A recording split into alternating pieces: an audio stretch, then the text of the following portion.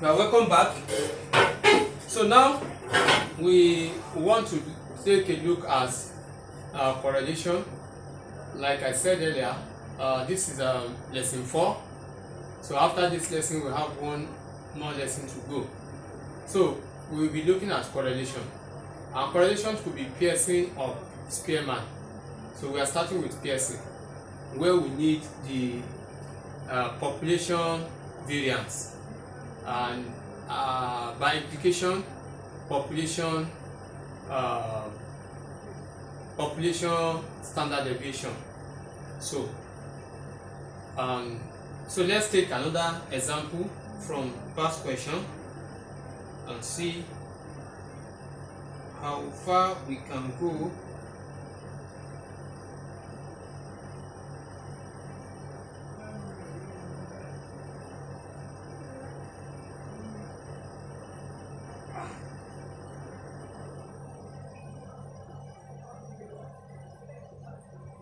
So I have a question here, but pardon me, I will not be able to write the question down to save time. And I think this question is you can also check from your past question. So let me see what question it is. That's first semester exam 2023-2024 session. That's last session, I think. So question, what question is it? Question 4. So if you have it, you can open your past question and see. Question 4. So I'll be taking though it has a 4A and 4B, but the 4B is the statistical aspect. So a guidance counselor administered the Tennessee Self-Concept Scale, that is TSCC, Tennessee Self-Concept Scale, and test anxiety inventory. So let's note, we have the Tennessee Self-Concept Scale and test anxiety inventory. So this is X and this is Y. To a random sample of 11 JSS 3 students and obtain the following result. However, so we have the value, a random sample of JSS 3 students. So you will notice that unlike the one for T-test that we just solved, this one is just a group, unlike the one for T-test where we have public and private school. For SS1, this is just the SS3 students, so just one group, and we have 2 tests, Tennessee Self-Concept Scale, which is S, and test anxiety inventory, which is Y. So these are 2 tests. So invariably, this is correlation. So then, to save our time, because we still have to cover chi-square and we don't have much time again. So to save our time, we are just going to pick 5 out of this value. So the first 5 is what we will pick. So we have 82, 45, 72, 65, and 58. Then for Y, we have 32, 58, 35, 40, and 46. So the same way, you are asked to set a research question and a research hypothesis. I won't bother to write that as well to save our time, but I will state them. I hope you can grab them. So the research question here is about correlation, that's relationship. So it's as simple as saying, what is the relationship between JSS1, JSS3 students, TSSC, Tennessee self-concept scale, and test anxiety scale. So what is the relationship between the two? So that will be the question. So test for the question. Then the hypothesis will also be that there is no significant relationship between Tennessee self-concept scale and test anxiety inventory of GSS3 students. So that will be the hypothesis and the test respectively, and the question. So now the next thing is, what is the formula for correlation? Correlation is how, since we are dealing with Pearson correlation, RCA. So our RCA is equal to summation S dot Y over N minus S bar dot Y bar all over sigma S dot sigma Y. So looking at this formula, the question is, what do we know and what do we have from this formula? We have N, our N is 5, 1, 2, 3, 4, 5. Then we have X and we have Y, but we don't have the summation. We don't also have Y bar, X bar and Y bar, and we don't know the sigma, which is standard deviation, population standard deviation. You will recall that when we were dealing with population variance, I said population variance is needed in correlation, but we need to convert it to standard deviation. So you will also recall that our population variance is sigma square, while our population standard deviation is sigma. So that is why you need to convert whatever you get to standard deviation. So now what we do here is, let's have our table. Since we also know that our we need this, and we know that our sigma square is equal to summation S minus S bar square over N. So we need all those. So let's have our table. We have our X. Let's see if we can have them side by side. We also need X minus S bar, and we need X minus S bar all squared. Then we need our Y. I'm not sure this space will be enough. So let's get this done before we now talk about Y. So our X, we have 82, 45, 72, 65, and 58. So the total here to get our S bar is equal to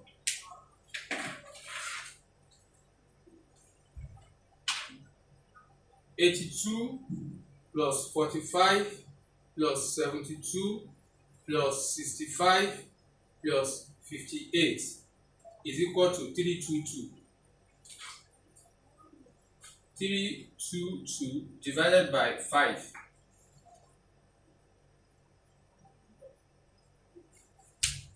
So 322 divided by 5, that is 64.4. 64.4. Then our S minus S bar, that's 82 minus 64.4 is equal to 17.6. 45 minus 64.4 minus 19.4 72 will give us 7.6. Then 65 minus 64.4 will give us 0.6. And 58 minus 64.4 will give us minus 6.4. So when you take note of this, like we have done for the past ones, square of 6 will be 36. So our answer here must end with 6. Square of 4 raised to power 2 is 16. Our answer must also end with 6. And everything must end with 6. So we have 17.6 squared, 309.76. 19.4 squared, 376.36. 7.6 squared, 57.76. 0.6 squared, 0.36. 6.4 squared, 40.96, and the sum. So 6 is 30. So our answer must end with 0 in 2 decimal place. So that means it must end with a decimal place, which is a value, meaning that the next to it is 0. So let's see. 309.76 plus 376.36 plus 57.76 plus 0.36 plus 40.96. That is 7. Sorry, the ink is going.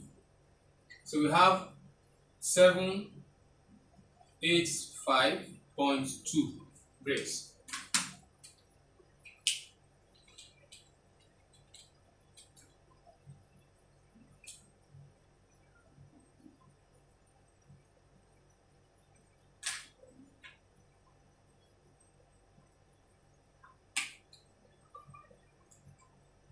So we have our S bar as this.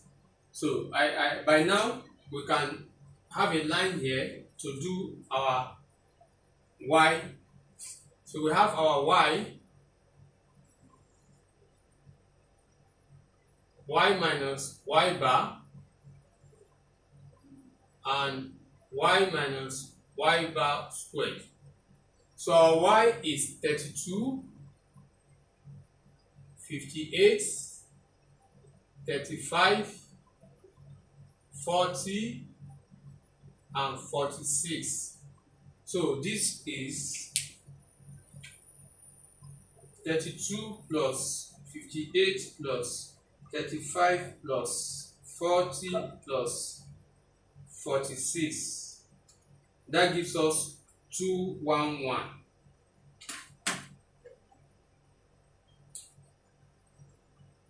211 divided by 5. So our Y bar is equal to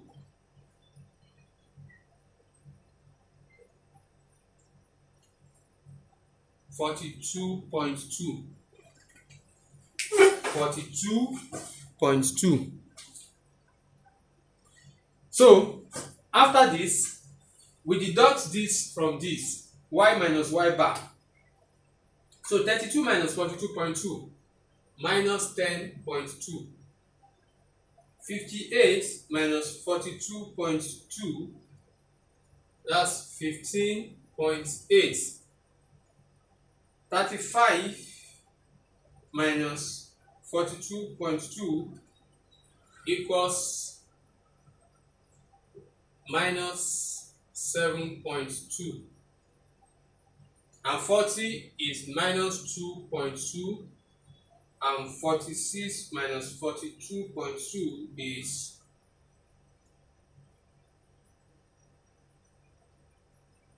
3.8. So now the square. Again, this is 2 raised to power 2, 4. It must end with 4. 8 raised to power 2, 64. It must also end with 4. So 10.2 squared is 104.04. 15.8 squared is 249.64. 7.2 squared is 51.84. 2.2 squared is 4.84. 3.8 squared is 14.44. Great. So now the sum.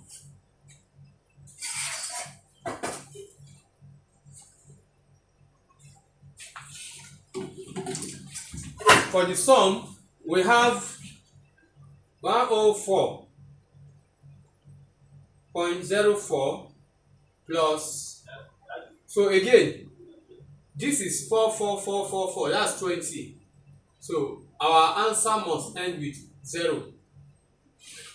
That's one decimal, just like this. Now we have one decimal point, then the next to it is 0. So this, we must have similar thing.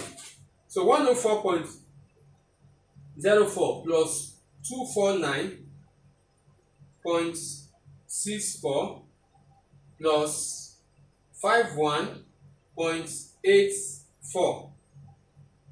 51.84 plus 4.84 and plus 14.44. That is equal to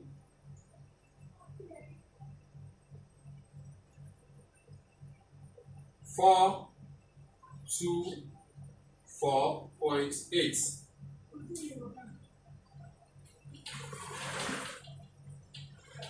424.8. That is our summation. Then we also need other values. If you look at this formula, we have, with this and this, we will get this, and through this we will get this and this. Then we have this, we have this, and we have this, but we don't have this, so we need to get this. So that's the last part. That's x dot y, which means x multiplied by y. This is our x and this is our y, or we can look at it from here. So let's say 82 times 32 is equal to 2624. So another way to also check this, whether you are right or wrong, is look at the last digit here and the last digit here. This is 2. 2 times 2, 4. So this multiplied by this must end with a digit which is 4. 5 times 8, 40. Then this multiplied by this must end with 0. 2 times this, 10, must end with 0. This times this must also end with 0. and this times this, 4 times 6 times 8, 6 times 8, that should be 48. So it must end, this must end with 8. So let's continue. 45 multiplied by 58, that is 2, 6, 10. Then we have the next 72 multiplied by 35, which must also end with 0. We have 2, 5, 2, 0. 65 times 40 must also end with 0. And we have 2, 6, 0, 0. Then we have the last one, 58 times 46, which must end with 8. We have 2, 6, 6, 8. And the summation. So looking at the summation as well, we have 4 here and we have 8 here. That's 12. So the answer must end with 2. Otherwise, we are wrong. So the answer, this is 12. The answer must end with 2. So we have 2, 6, 2, 4 plus 2, 6, 1, 0 plus 2, 5, 2, 0 plus 2, 6, 0, 0 plus 2, 6, 6, 8 equals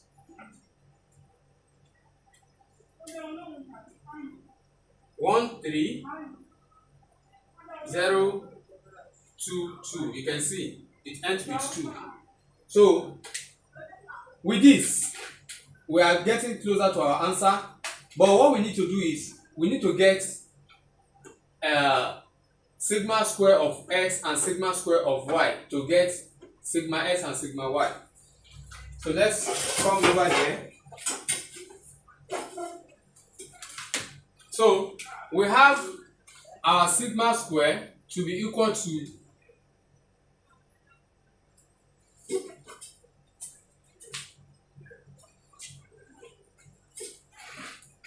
summation x. So let's say this is sigma of x, x minus x bar squared over n. So our x minus x bar squared is what? This is it. This is our x minus x bar squared. That is 785.2 over 5. And that is equal to 785.2 divided by 5, 157.04. So when we get this is our r square, sigma square of x. Then our sigma of x will be equal to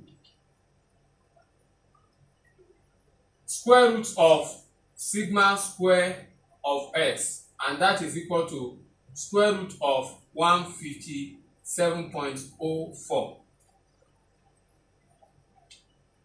So square root of 157.04, that is 12.532. Then our sigma square of y is equal to summation y minus y bar squared over n, which is equal to our y minus y bar squared is this. That is 424.8 all over 5. So 424.8 divided by 5 gives us 84.96. So our sigma y is equal to square root of 84.96.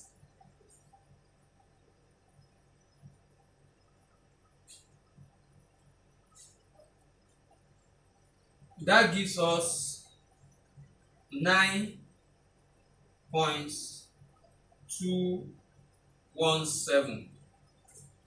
9.217. Yes. So now we have this, we have this, we have this, we have this, and we have this. So we can now take the outcome. So in essence, our outcome is equal to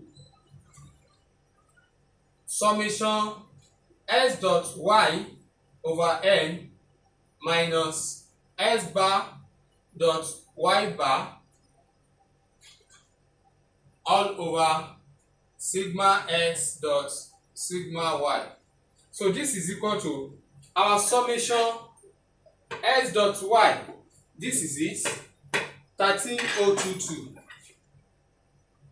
13022 over 5 minus our s bar is this, y bar is this. That is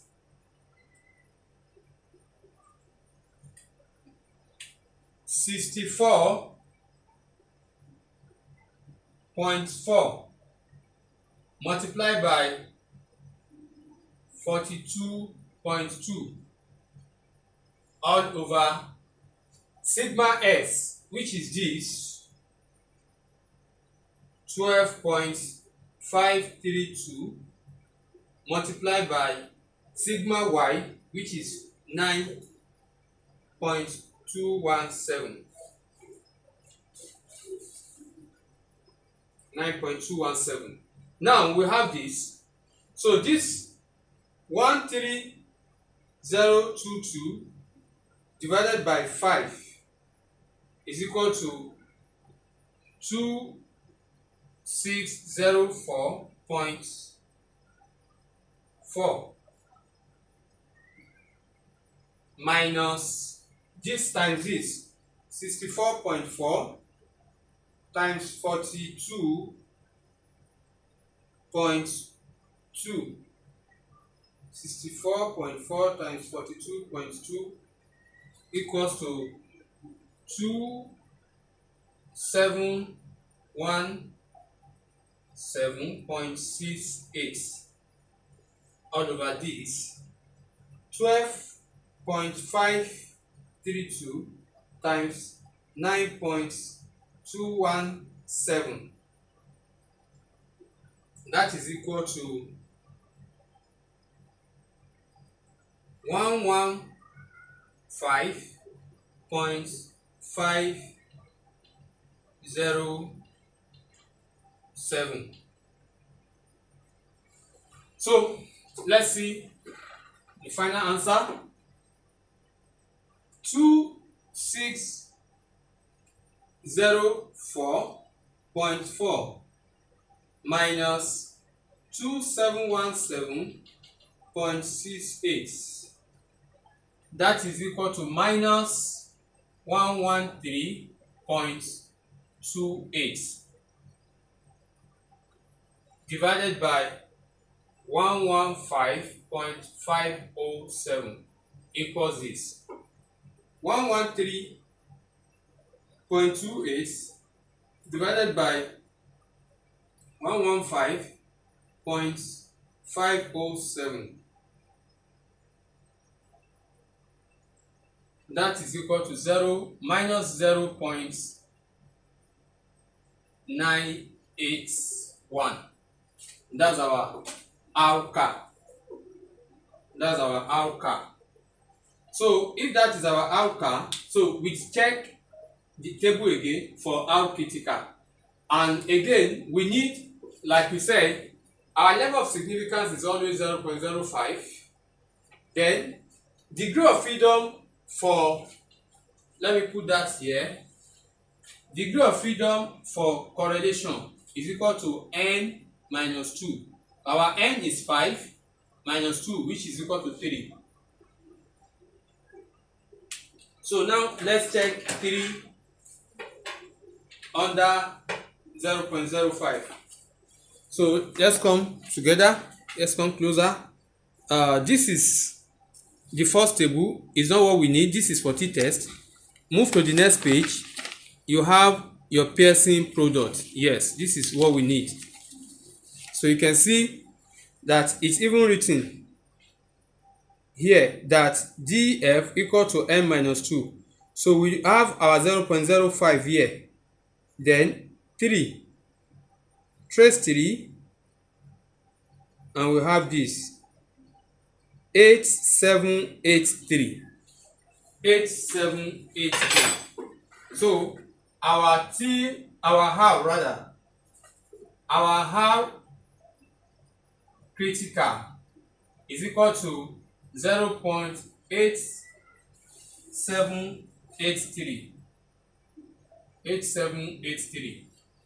Now, like the same decision rule is what we are using.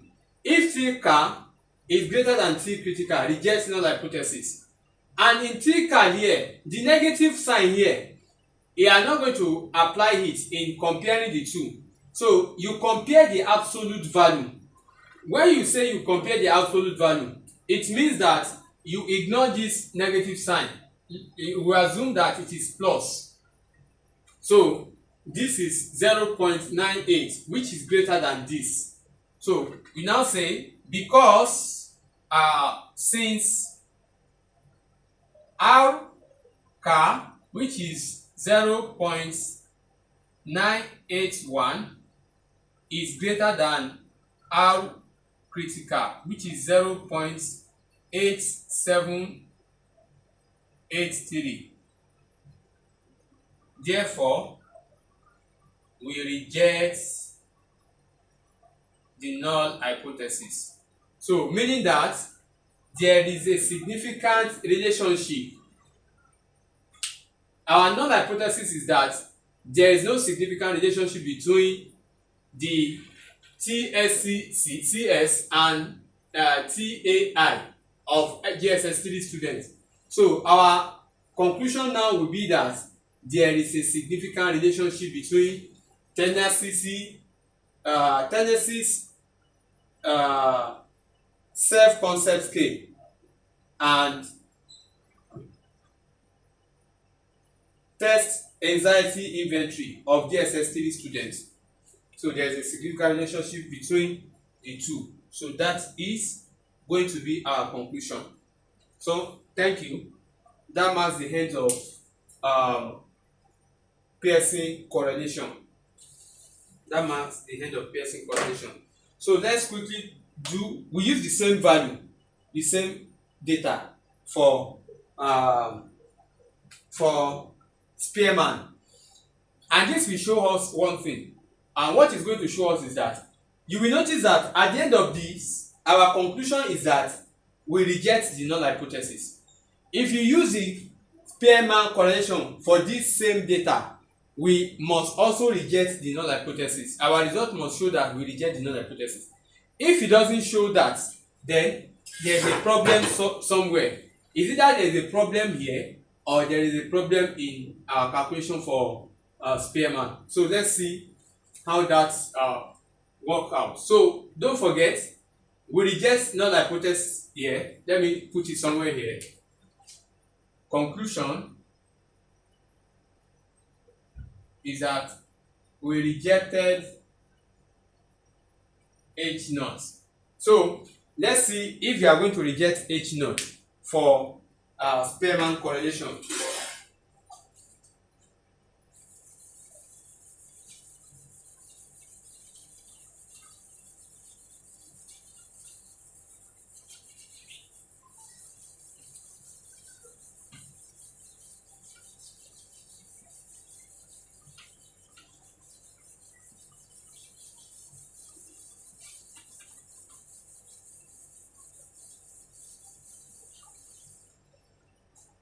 So the Spearman correlation formula is Spearman correlation. So we call it Spearman rank correlation and denoted by rho. So our rho car is equal to 1 minus 6 summation d square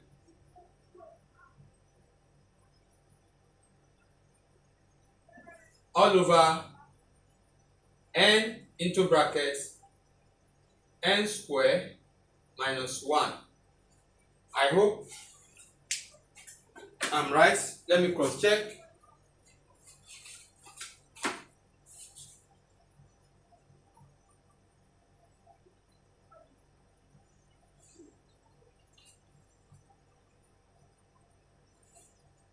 Yes, that's correct. 1 minus this. So one thing you also need to note here is that don't make a mistake in your writing. So you will notice that this one is very big to indicate that you are to deduct 1 from all of this. From all of this. The moment you put or the moment you restrict this 1 to the numerator, then you are going to get the answer wrong. You are going to get a wrong answer the moment you retreat the 1 to the numerator. So it's for both numerator and denominator. Now here we are using this value. We know 6 is known to us. Summation d squared, we don't know that. We know n, which is number of population, which is 5. Then n squared will not be a problem for us. So this d is the unknown here.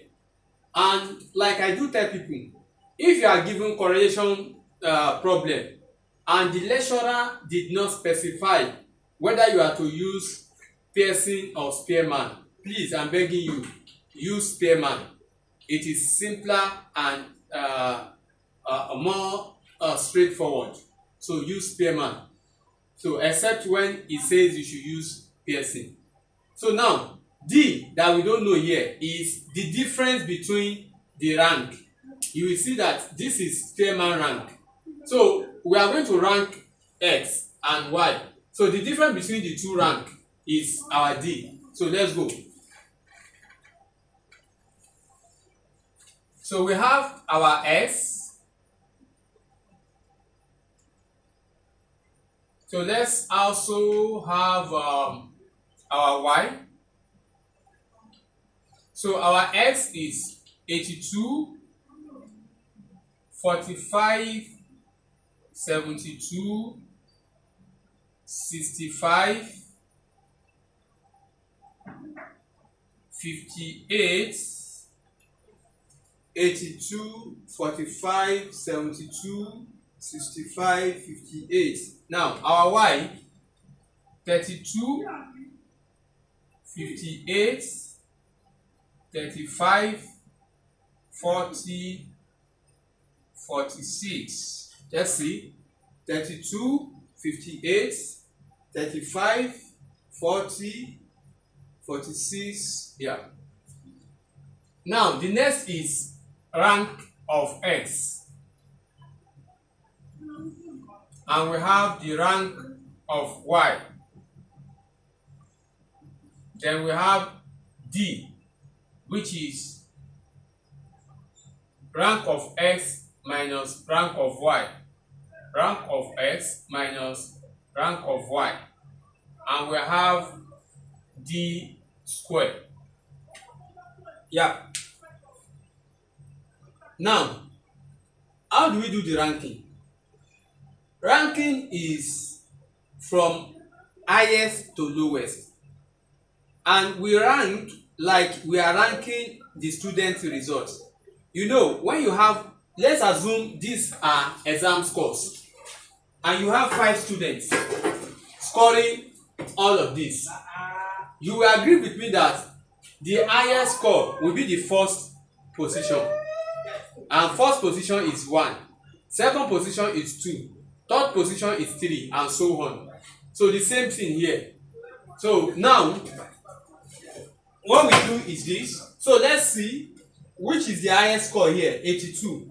So under S, that is 1, followed by 72, that is 2, followed by 65 under S, that is 3, followed by 58, which is 4, and 45, which is 5.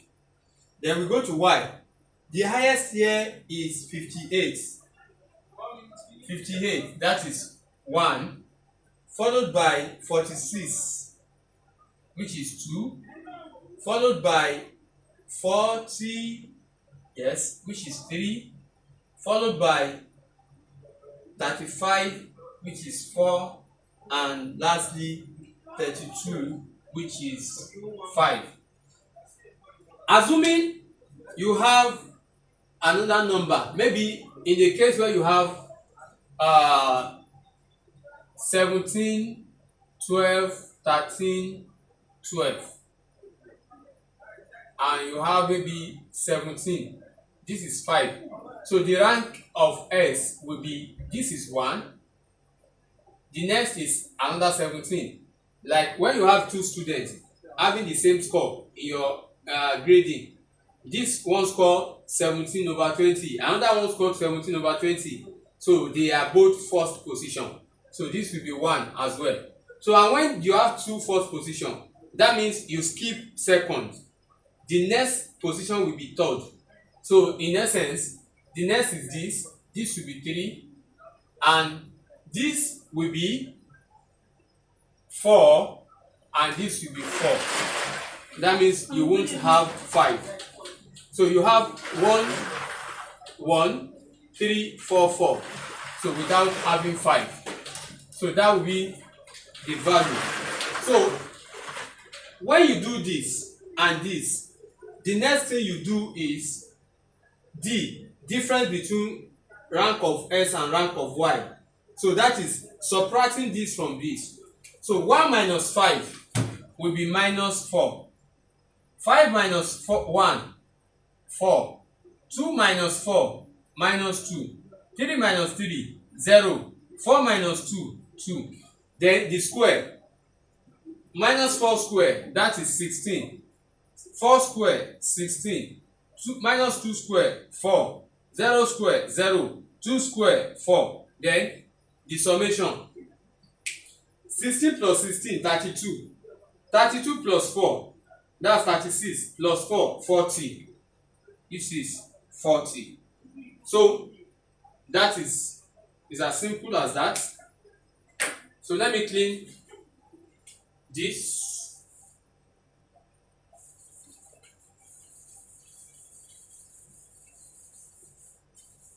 So the next thing now is to slot in the values into the formula, the Spearman rank formula, the row car. So our row car is equal to 1 minus 6 into bracket summation D squared all over n into bracket n squared minus 1. So this means that we have 1 minus 6 into bracket, our D squared summation is 40. So don't go and make the mistake of squaring 40 again. So don't make that mistake. Even me, I once made such mistake in a physical class. So this D square is what we have here, and the summation is this. So there is no point squaring the summation again. So 6 into bracket 40 all over 5, our n is 5, then 5 square minus 1 So this is equal to 1 minus 6 times 40, that should be 240. 1 minus 240 all over 5 into brackets 25 minus 1. This is 1 minus 240 all over 5 times 24. That should be 120. So this is equal to 1 minus 240 over 120. That is 2.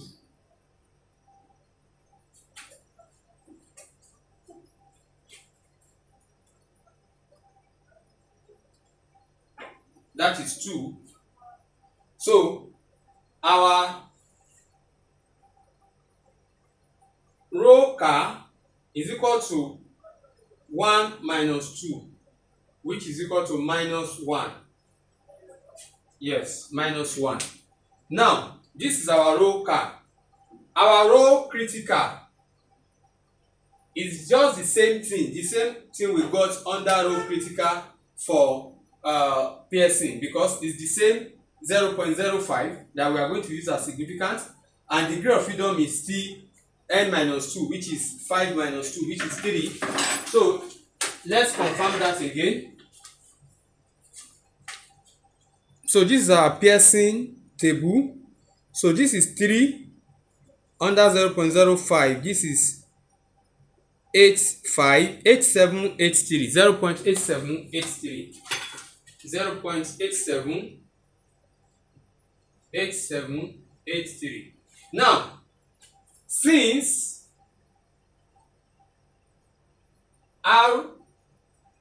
row car, which is minus which is 1, so we take the absolute value, which is 1, or even when you say minus 1, is greater than row critical, which is 0.8783.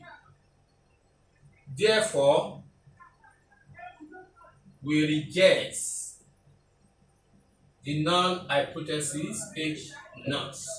So you can see, like I said before we embarked on the Spearman calculation, that since we rejected, since our conclusion in Pearson correlation is that we reject H naught, and we are using the same value, the same data for Spearman correlation, our answer, our conclusion will also be that we reject H naught, even though the value we got for RK